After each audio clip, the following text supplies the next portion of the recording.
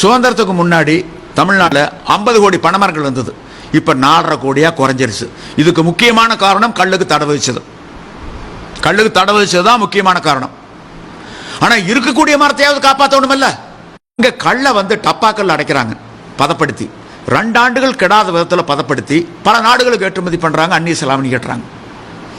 ஏன் இவ்வளவு தென்னை பனை மரங்கள் இருக்கக்கூடிய நம்முடைய நாட்டில் ஏன் செய்யக்கூடாது?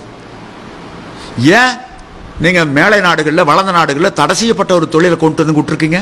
சாயப்பட்டற, தோளாலை, ரசாயன தொழிற்சாலை, பஞ்சபூதங்களில் நெருப்பு ஒன்றை தவிர ஏன்னா நெருங்க முடியல. மற்ற நாளே முடிச்சிட்டுமே.